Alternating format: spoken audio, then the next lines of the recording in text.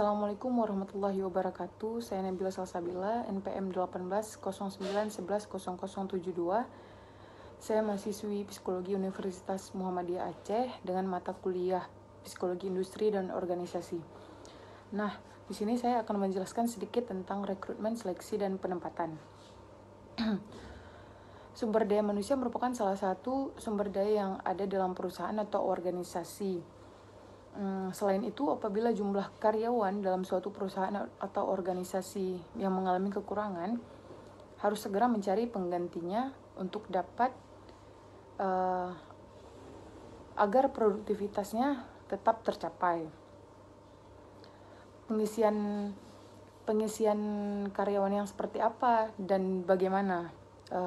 Yaitu dengan adanya rekrutmen, bisa saja dengan adanya rekrutmen. Nah, rekrutmen merupakan proses awal manajemen sumber daya manusia. Proses ini dilakukan setelah dilakukannya analisis jabatan dalam perencanaan sumber daya manusia. Rekrutmen dilakukan untuk memenuhi kebutuhan sumber daya manusia dalam organisasi sesuai dengan kebutuhan dan sesuai dengan organisasi jabatan dan perencanaan sumber daya manusia yang telah dilakukan atau dianalisis sebelumnya. Dari beberapa pendapat atau beberapa tokoh mengenai definisi rekrutmen, dapat disimpulkan bahwa rekrutmen itu merupakan proses pencarian sumber daya manusia untuk memenuhi kebutuhan sumber daya manusia dalam organisasi. Rekrutmen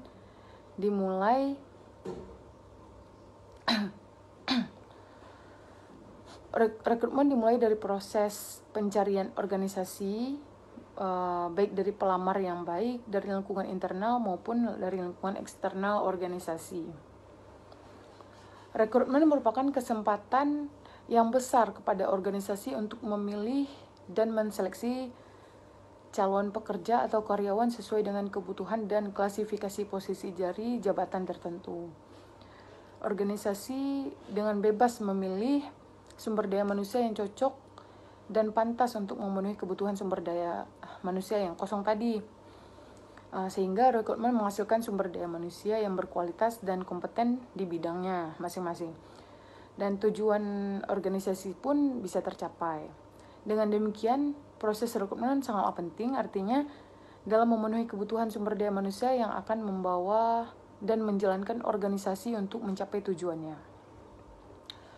Yang kedua yaitu seleksi. Seleksi adalah usaha pertama yang dilakukan perusahaan untuk memperoleh karyawan yang kualifikasi dan kompeten yang akan menjabat serta mengerjakan semua pekerjaan pada perusahaan. Seleksi adalah suatu rekomendasi atau suatu keputusan untuk menerima atau menolak seseorang calon untuk pekerjaan tertentu berdasarkan suatu dugaan tentang ketidakmungkinan dari calon untuk menjadi tenaga kerja yang berhasil pada pekerjaannya.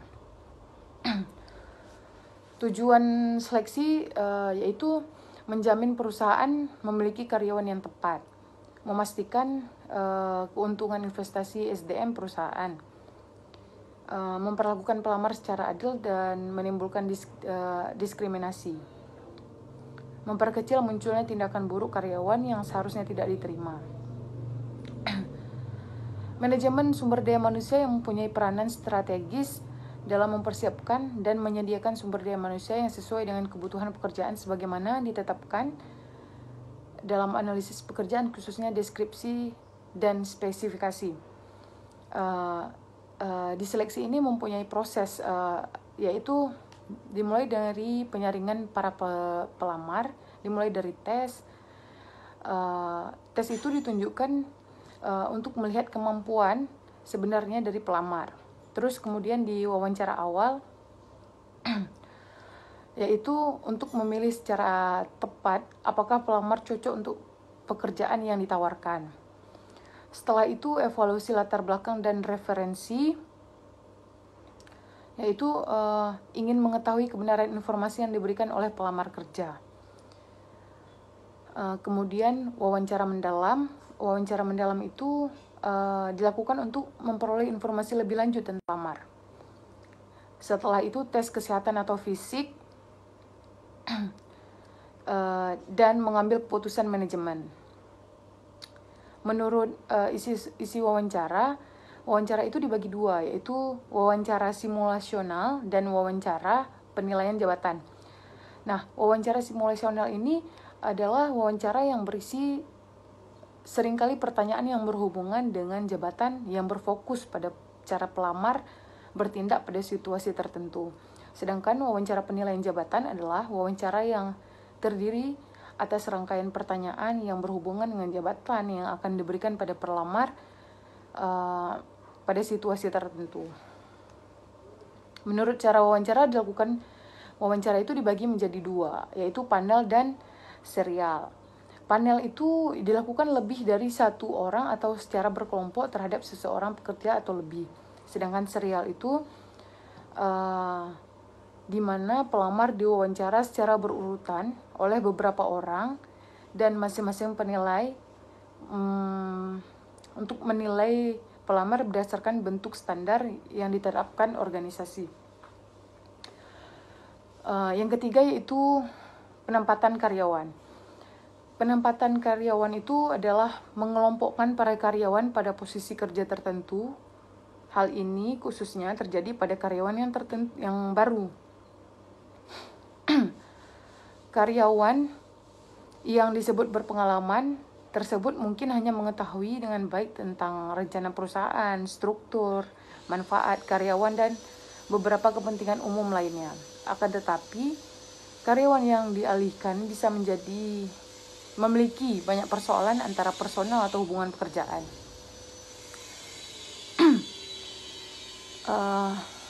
Penempatan itu diambil keputusan oleh pimpinan. Tiap keputusan seharusnya dilekatkan dengan orientasi dan tindak lanjut. Apakah penempatan disebabkan oleh penurunan jumlah, penggabungan, akuisisi, atau perubahan internal atau kebutuhan penempatan staf. Faktor-faktor yang mempengaruhi penempatan karyawan yaitu pertumbuhan perusahaan. Pertumbuhan perusahaan yang seperti apa? Pertumbuhan yang menyebabkan terjadinya pengisian posisi pekerjaan yang baru, baik melalui promosi karyawan yang sudah ada ataupun yang baru sama sekali yang baru. Kemudian reorganisasi. Sebuah organisasi itu dalam suatu perusahaan akan menghasilkan jenis yang beragam dalam hal kegiatan-kegiatan personal. Kemudian kecenderungan ekonomi umum, yaitu suatu konsekuensi dari pengaruh yang menurut pertumbuhan ekonomi adalah secara signifikan yang akan menurunkan ketersediaan pekerjaan. Kemudian atrisi, pengurangan karyawan yang disebabkan terjadinya terminasi, pengunduran diri, atau pensiun atau pengalihan keluar dari unit bisnis dan meninggal disebut atrisi. Secara khusus program pensiun dini telah meningkat selama terjadinya penurunan aktivitas usaha dan kelambanan aktivitas ekonomi. Dalam situasi ini, para karyawan berada pada posisi tertekan dan terjadilah pemangkasan kelebihan karyawan.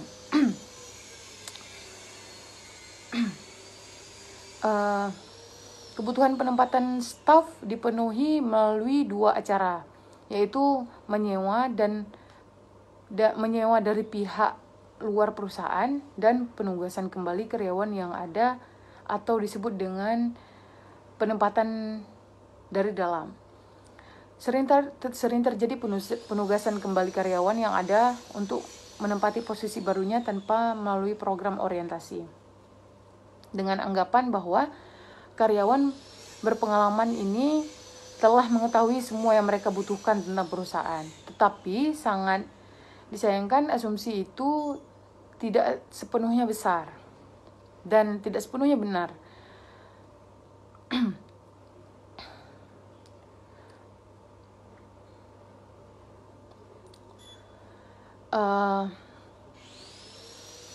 Kesimpulannya adalah seleksi adalah metode dan prosedur yang dipakai oleh bagian personalia atau perusahaan waktu memilih orang untuk mengisi lowongan pekerjaan.